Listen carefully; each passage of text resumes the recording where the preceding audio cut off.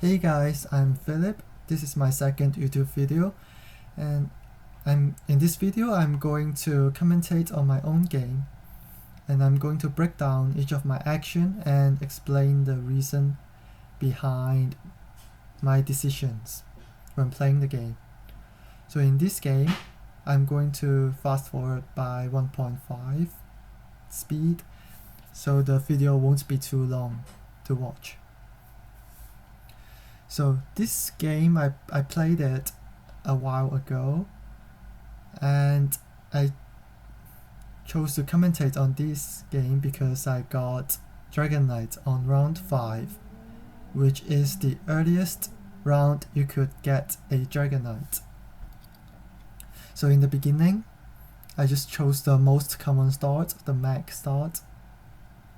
So mech is strong, so when you see one, you just pick them. It's an easy choice when you get some mechs in first 3 rounds.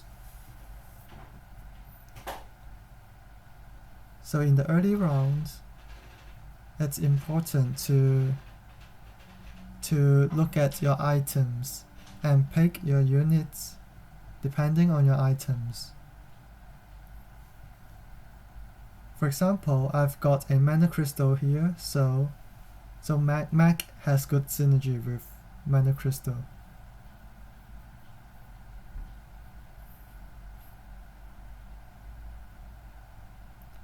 So I'm upgrading my level on round 4. That's because there isn't any other picks that's good on this round. That's why I just upgrade, so I can get a higher chance of getting 3 cost or 4 cost unit. So here I get the Dragon Knight on round 5, which is the earliest you can get it. So on round 5, you only have 2% chance of getting a Dragon Knight. 2% chance of getting a 4 cost unit. And Dragon Knight is like one of the 8 or 9 4 cost card. So the actual chance is like 1 in 500 games, something like that.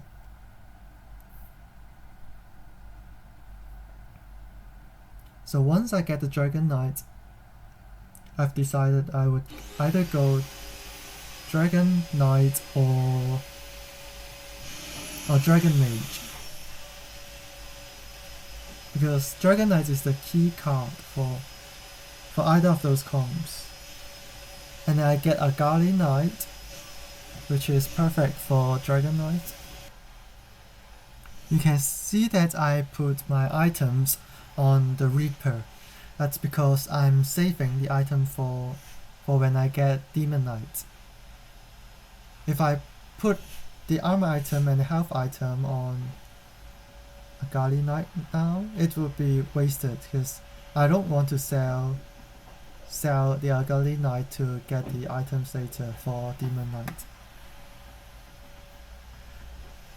So for now, it's almost decided that I'm going for Dragon Knight.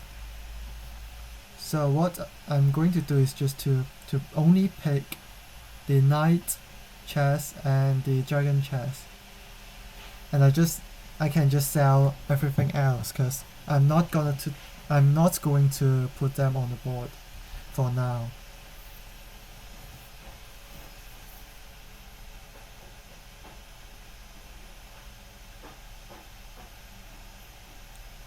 So after I sold the Reaper, I just put the armor on the Demon Knight. And now I'm thinking wherever I should put the health items on Demon Knight or the Dragon Knight. Because if there are several mages, then it might be a good idea to save the health item for a Python wand, for some counter them. You can see that I rolled twice here. Normally you don't want to roll so early in the game in round 9. However, there are 3 reasons that in this special instance that I rolled. The first reason is because I am on a winning streak. The second reason is because in this round I am not going to keep my winning streak if I don't improve my deck at the moment. And the third reason is because if I rolled for a dragon here, then my deck will be much stronger on that round if I got a shining dragon or any dragon actually. So if you meet the requirements of having a winning streak already, you want to maintain it, and if you have some pairs that after you roll you can drastically improve your deck, then you can roll early. However, even I rolled there, I still lost round 9, so but I don't regret rolling because that's the right decision to do.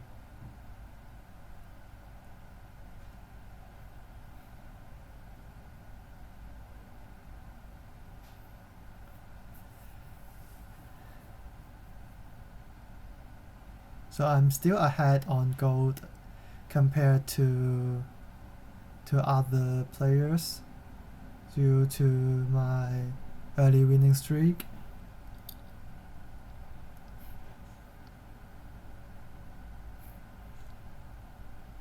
So you can see that I put one of my units on the right hand side because I see that there are several mage and dragon players.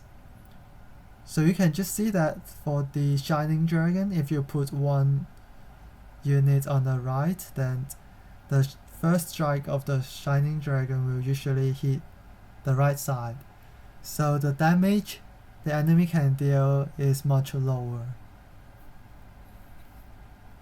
So make sure you always read what your opponents are playing. And when you see they are shining dragons and they have the dragon synergy, look at how they position their board and split one of your units from your main force to the right so that the AoE and the shining dragon doesn't deal full damage on your team. And for how you position your team against Shining Dragon, you usually want to put your main team on the other side of the board. And the one unit that you want to use as a decoy in front of the enemy's Shining Dragon. It's okay to lose a bit here because I am still ahead on gold and I've already got my dragon, 4 knights and the dragon synergy. So this game is looking good for me.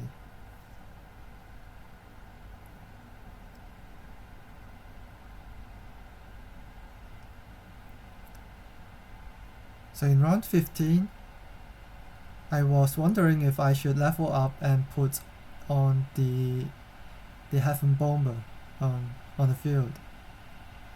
But I thought the Dragon Knight is strong enough for this round, but apparently it's not.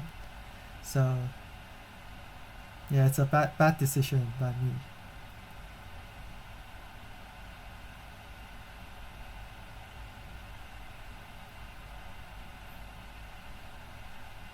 I definitely thought I would beat this round when I was playing.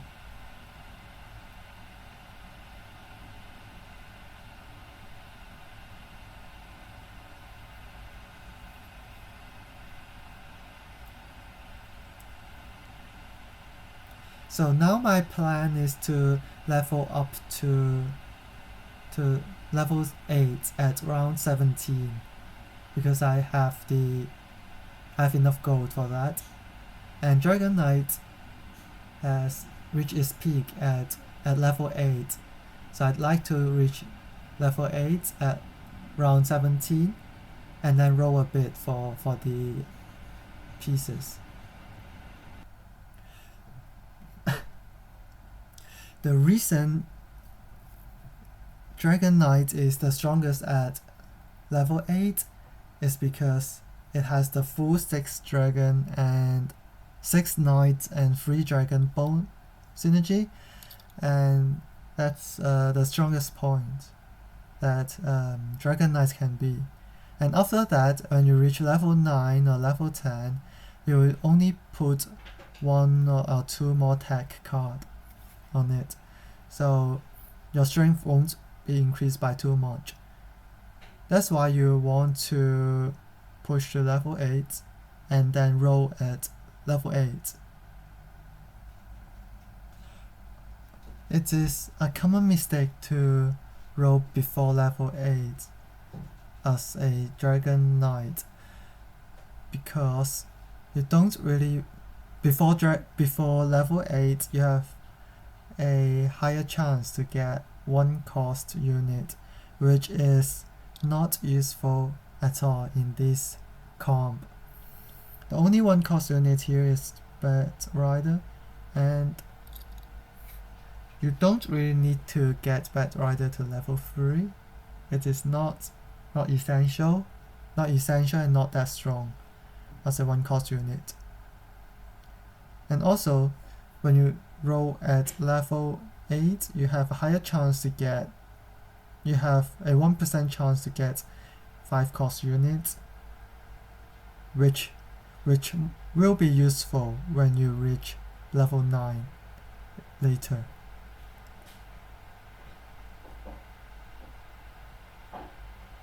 So here I'm looking at the position of the opponent and see how I should place my units. So same as before, when you see more than 1 mage, you should always put 1 unit on the other side. And this time I put the demon knight on the right hand side because you want the damage dealer to dodge the AoEs. So demon knight is your damage dealer. So if you don't put it with your main team, the AoE usually goes to your main team. So if you put the demon knight on the other side, it would usually survive longer against mage. But don't do it against other comps like Hunter or the other Dragon Knights. Like the physic, if they don't have too much AoE, then don't split it because it will die faster if it's not AoE team.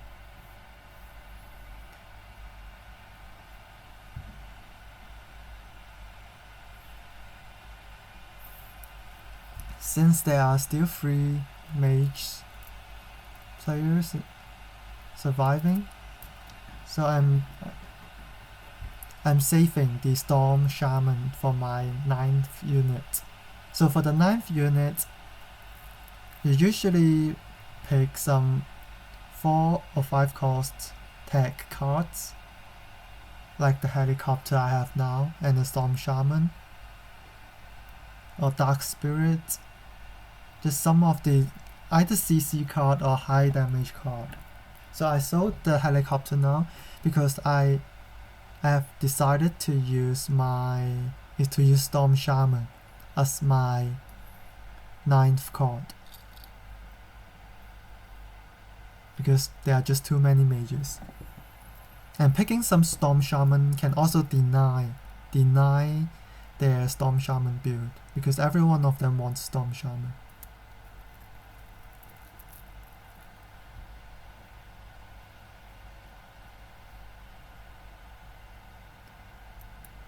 So I am just 1 demon knight off to 3-star. Why am I not rolling down? That's because I still have some health left. I'm not dying yet. And I also want to upgrade to level 9 in the next round. So I'm not going to spend all my gold here. I'm going to save until I reach level 9. However, if you only have like 5 health now, you should definitely roll it down and get the 3-star demon knight.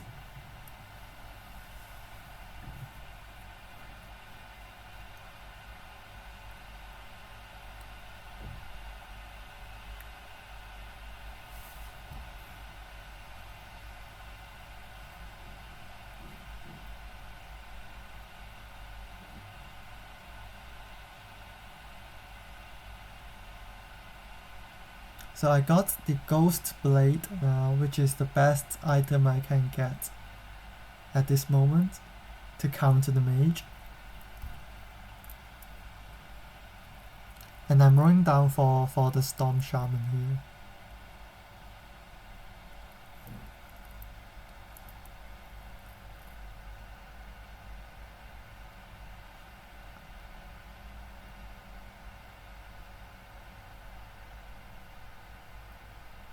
So once I get the 3-star demon knight, it's unlikely that I will lose from this point onwards.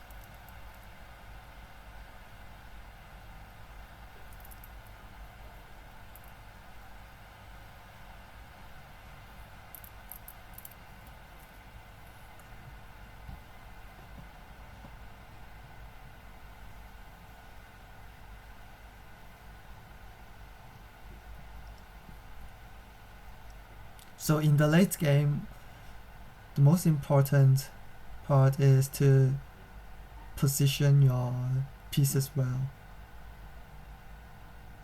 So it's very important to look at how your opponent plays their team during the late game.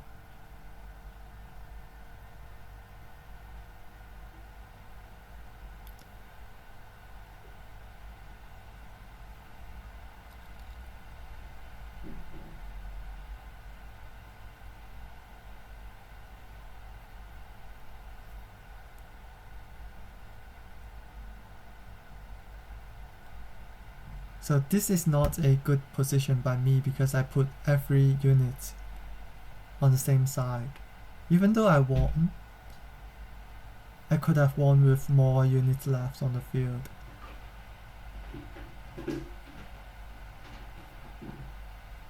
And if I have more units left on the field, I would deal more damage to the other players.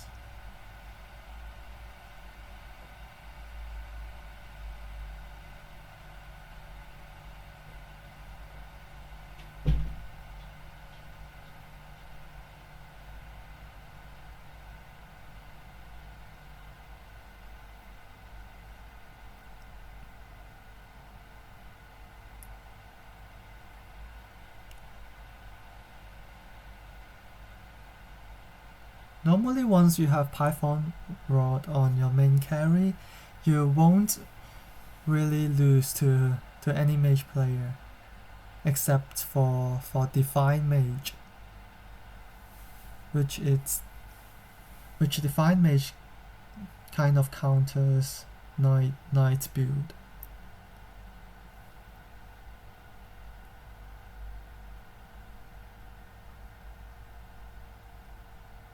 So here I'm saving for level 10 and got a nice item for my Storm Shaman.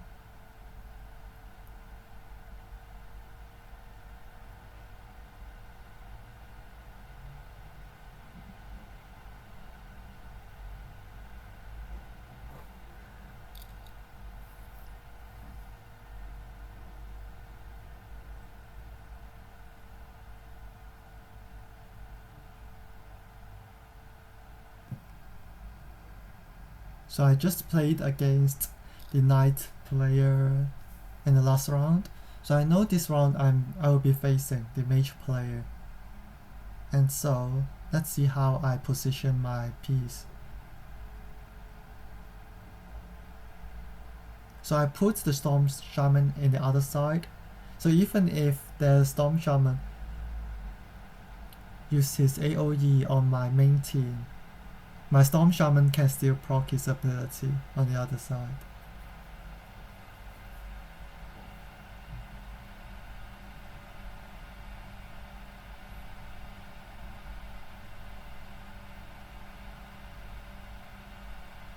At this point, there's just no way I will lose.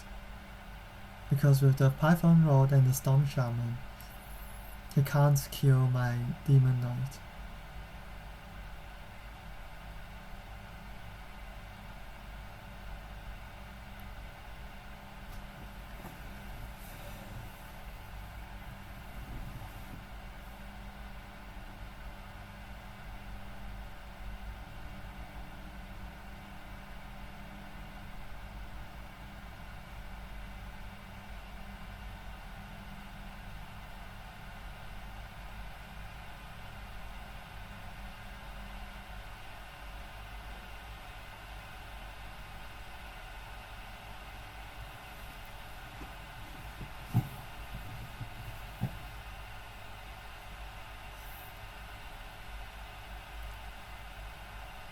There's not much to say at the end of the game because there's just no way I can lose. I just need to split my Storm Shaman apart from my main team, and I'm going to win.